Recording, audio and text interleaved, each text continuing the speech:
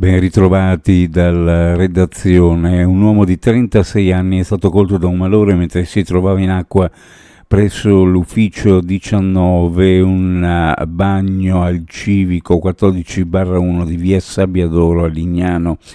Il bagnino, presente dopo essere stato allertato da un operatore della spiaggia, è corso tempestivamente verso l'uomo ormai accasciatosi in acqua trascinandolo a riva. Il bagnino è stato poi raggiunto dai suoi colleghi che hanno iniziato le manovre di rianimazione, allertando immediatamente il 112. Poco dopo gli operatori sanitari hanno raggiunto in elisoccorso il luogo dell'incidente, calandosi sulla spiaggia e procedendo con le manovre salvavita. Rallentamenti e disagi al traffico per l'effetto combinato tra la chiusura per lavori dell'autostrada slovena H4 e i controlli all'ex valico di Fernetti, problemi lamentati su più fronti da quando lo scorso lunedì è stata chiusa in direzione Italia l'importante arteria slovena che ha deviato buona parte del traffico sul valico di Fernetti e sulla barriera autostradale dell'Isert in uscita da Trieste.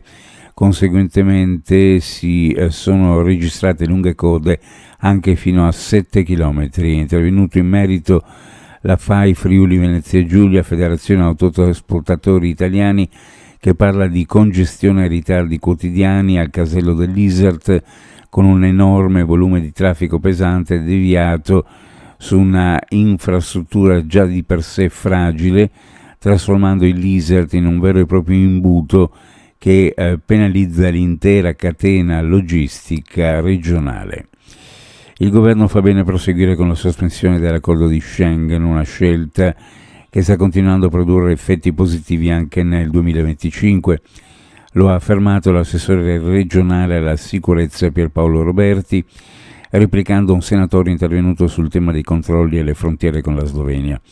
Il rappresentante della giunta regionale ha sottolineato come la sospensione del trattato europeo abbia garantito la sicurezza nazionale dopo il sanguinoso attacco di Hamas a Israele e abbia fatto precipitare già nel 2024 il numero degli arrivi lungo la rotta balcanica. Talune forze politiche, ha concluso Roberti, si confermano partiti delle porte aperte, arrivando persino a criticare una misura che ha dimostrato di funzionare e di rispondere concretamente alle esigenze del Paese. La Regione Friuli Venezia Giulia ha formalmente comunicato al Governo la disponibilità ad accogliere negli ospedali bambini che vivono situazioni di forte criticità per ciò che sta accadendo a Gaza. La Regione, da sempre storicamente impegnata in prima linea per portare assistenza in Italia e all'estero, è disponibile non solo per la situazione attuale ma anche per le future missioni Medevaz al fine di portare contributo concreto a sostegno di vittime nell'ambito della cooperazione istituzionale con il Ministero degli Affari Esteri, quello della Salute e il Dipartimento della Protezione Civile. Lo ha reso noto l'assessore regionale alle politiche sociali Riccardo Riccardi. Uno sguardo alle previsioni meteorologiche al mattino sulla nostra regione, miglioramento del tempo con alcune schiarite. Nel corso del pomeriggio sulla zona montana si potranno sviluppare nuovi rovesci e temporali che verso sera potranno interessare anche la pianura e con minore probabilità la costa.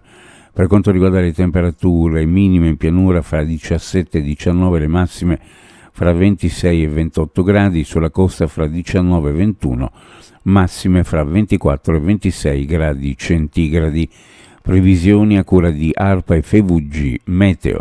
Ed è tutto per il momento con l'informazione, grazie per averci seguito, a più tardi.